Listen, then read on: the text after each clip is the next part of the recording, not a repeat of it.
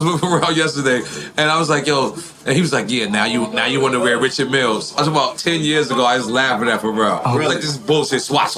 Oh, like, I had no idea what I was making fun of. Ahead of the curve. Yeah, he was always ahead. In the future, Yeah. Yo, that guys, what's going on? They trying to make us do the pop-up dance. Let's go. Come on.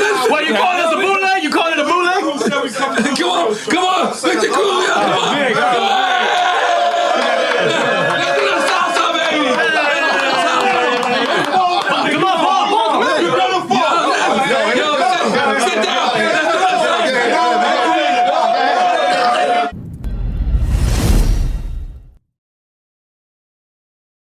You already know, man. It's going down. We got motherfucking the homie J.R. Smith in the building. Make some noise. How many championships you got? Two. God damn it. Champion, award winning. But I gotta ask about this famous play. It's this famous play. Everyone thought you were high. You know what play I'm talking about? Yeah, I know exactly what you're talking about. Why you high? I gotta ask. No, I wasn't. You high? No. Why they think that though? Nah, he was locked in. Spur of the moment. Right. The ambitions was there. The passion was there. You wanted it. But So you saying that means you look high? No, Gary. Everyone blames it on Hennessy, and they blame it on weed. It had nothing to do with Hennessy or weed. Nothing to do with Hennessy or weed. Okay, explain this play. Tell us. So what happened was, normally in a situation for us, if the game is close, you get an offensive rebound. That means we get a second chance. We're gonna call timeout, organize something, get the ball back in Brian's hands. Right. So in this case, we got the ball. I brought it back out. I'm waiting for somebody to, call timeout or something. Right. So nobody did nothing. So I'm like, all right, bet. We in a good situation. I'm going to bring the ball back out. Right. Turns out we wasn't. We wasn't in a good situation. But it is what it is. I mean, I take that for if that's what it was, what caused us to lose the series. All right. I mean, they only had KD, Stephen, Clay, and Draymond. Right. All right. Do you miss playing ball? Yeah, of course. That's my first love. Yeah, that's my passion for sure. Okay. absolutely. 100%. Coming from Newark, coming from Jersey, that upbringing and getting to the big league, and then moving on to college after your career. Yeah. How important was that to you? I mean, honestly, I thought about it a lot. Like my earlier years coming into the league, like I was like, I'm always gonna go back and get my degree and whatever. Yeah, that was fire. You know what I mean? After years 6, 7. You just went straight from high school. Yeah, straight from high school. Wow. So like after like years 6, 7, 8, 9, 10, I'm like, oh, that shit dead. Like I ain't going back to school. I'm done. Like, you know what I mean? My mom was like, boy, don't even worry about it. I ain't tripping on that degree.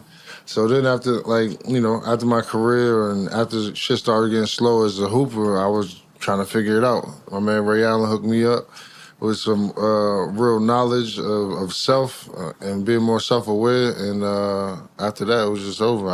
You did it for yourself. Yeah, for sure. And it That was worked. so dope, man. I mean, that was so dope because so many of our youngsters, they think that is the end all be all. Like you become a rapper, or you get in the NBA. Yeah. And then our goals are so limited. Like what you did was so honorable. Like I always wish I had your number to just call you and say how proud we Appreciate were that, as a man. community because you made it to where you made it. You had your rings already, and then you went to college. That was so honorable. Like let's just make some noise for that again. Appreciate that. Was that unexpected? Nah, it's never too late. And like the biggest thing for me, like growing up, I was always an athlete. Like it was all to me making it out was always basketball, football, baseball, or something like that. So that was my outlet. So when I catered to that, I catered to that so much, I didn't learn how to do everything else. Like people like get on me about it, but I've never changed a tire on a car. I've had money since I was 17. So by the time I got my first car, You got clean hands. I don't know how to. real shit. That's like real. I call my mother when it's time to washing my clothes. I gotta call my mom's. Like I paid somebody since I was 17, 18 to wash my shit. I don't know. Dude, so like little shit like that, like trades, when they took trades out of the community, and like I feel like for especially the black and brown community is where we really lack that because we start working with our hands. We start being carpenters. We start being construction workers. Start being so many things that just is a necessity through life, opposed to just clicking and making it seem like everything is easy And to it just builds make that bread. confidence to know these things. Doesn't mean you're gonna use them all the time. Nah, but it's a 100%. confidence builder for a person. For sure, for sure. What's your favorite team you ever played for? Good question. Favorite team? There's no pressure. There's no play right no now. pressure. Good. I can't. NCAA's, man. Okay, all right, we need to all right. break that barrier, actually, though. Right, yeah, Yes, yeah. sir. But NCAA's. yeah. Favorite team though. My favorite team was my Cleveland team, the chip team. Like we was thick as thieves, but just And Kyrie was on that team as well, right? yeah. You, Kyrie, LeBron. Me, Kai, Bron, Kevin Kev, Shannon, RJ, Shump. I mean, we had a crew. It was. Tristan, we missed that team, man. Tristan, Just the bond we had as a team was crazy. Like I've been on good teams, but I've been on some teams that we quote unquote was tight knit. But like every time we moved around, it was always 13, 14, 15 people, and you know, for us that was saying something because you always catch teams, people click up, you see two people here, you see three there, you see one there, you see two there. That's dope. But for us, when you seen one of us, 9 times out of 10. 14 other people was about to hit that corner. You know what I'm saying? So that was powerful for me. But obviously playing in Jersey was like, or playing in New York at the Garden was crazy. Being from Jersey, my pops was a Knicks fan. I grew up a Bulls fan, but when I had an opportunity to go to New York, I was like, oh yeah, I got to do that. Absolutely. Yeah. That's hard. Oh man, That's hard. That's all. Paul, you already gave him your Jersey spiel, right? No, I told him I'm gonna say when we was eating dinner lunch. I had to, but because Well, tell them on air, goddammit. no, as a Jersey, we always get the love as far as hip hop and life in New York and West Coast, and the vibe is always alive. In Jersey, always feel like we gotta fight for it. Right. You know, we don't get the props as far as so many people have said. But as far as anybody that I see, you know, I gotta introduce myself and just make it right. But as far as an athlete coming out of high school and touching back to hip hop. What was your music? What was your influence? Soundtrack of how did you get going to who you are and what you are? Man, I'll never forget it. My coming out party was my sophomore year. I was playing football at the time, and they put. What year is this? Just so we. This is 2000. Two. No, 2001. That Flesh of My Flesh. DMX. X. DMX. The anthem and all that coming through. Bro, when you came through the tunnel in the high school, like, that was crazy. We thought we was the Bulls when you heard that. Like, that's what, to us, you know what I mean? It was like, you thought we was gonna have a whole fight, and it was obviously just a basketball game or just a football game. But like coming up, for me, it was always X. That was like the first CD I ever bought. Real talk. DMX was the first. So the whole team was on the same vibe. Yeah, we had in Jersey, Central Jersey, I call it. We got different, people from different sides of the tracks or whatever. So we had this crew called the Ridge Ave crew. They thought they was like The Rock, and we had another crew that was like D Block, and you know what I mean. We had some young cats, Rough Riders, named after young. You know what I mean, it was just young kids wilding out, but that's how it was, and like we was really. I mean, we really love the music more than anything. Nas, obviously, Nori, man, y'all was like gods to us. So when I see y'all, I mean, I pay homage to y'all because you know what I mean, me coming up, that's what I mean. That was the motivation. But what was the worst team you ever played for? Oh man, New Orleans, my first year. The Warriors? New Orleans. Pelicans. We won 18 games my rookie year. Was that the Hornets at the time? Yeah, the next year we drafted CP. The first year was 2004, we played out. We won 18 games. We get the lottery pick. Hurricane Katrina happened. We moved to Oklahoma. Wow. We draft CP. CP come, ball out, rookie of the year. Next year after that, my third year coming in, I get traded to Denver. I said, I got traded to Chicago for a cup of coffee. Then they sent me to Denver. I went to Denver. Me and Melo started rocking out that first year. That's when we got into that fight in New York. Yeah. We traded for AI. And center court. Yep. When Melo, and it was everywhere. Yeah. How do you feel playing with AI? Or oh man, I loved it. I mean, you play with a lot of people. There's a lot of experience that you have under your belt outside of your own talent. But how is that? LeBron got to be your favorite, though. How's that chemistry? Huh? LeBron got to be your favorite. To play with? Yeah. J Kidd. Woo! Jason Kidd? Yeah.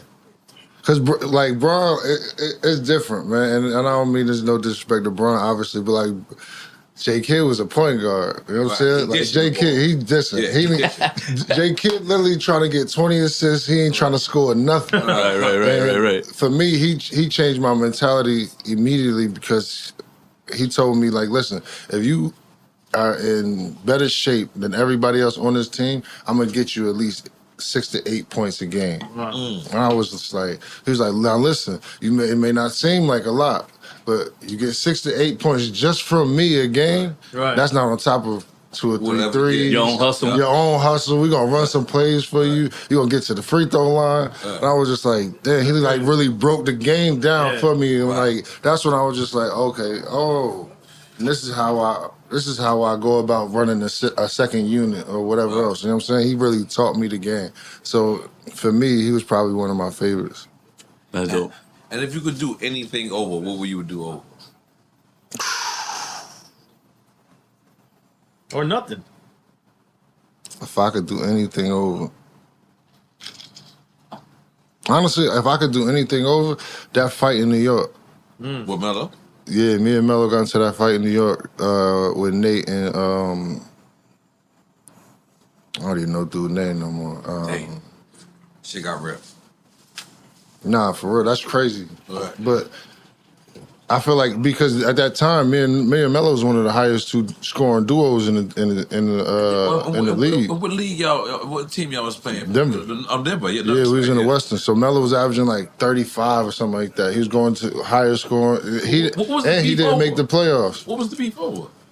Oh, Isaiah Thomas. He just got mad because we was running the score up, and he ain't like George Karl, so they had a whole intertwined beef, and we as players got caught up into some bullshit that we had nothing to do with. Right. So, but that's just the way this shit go. Because like I said, me and Melo was one of the highest scoring duos in the league at the time.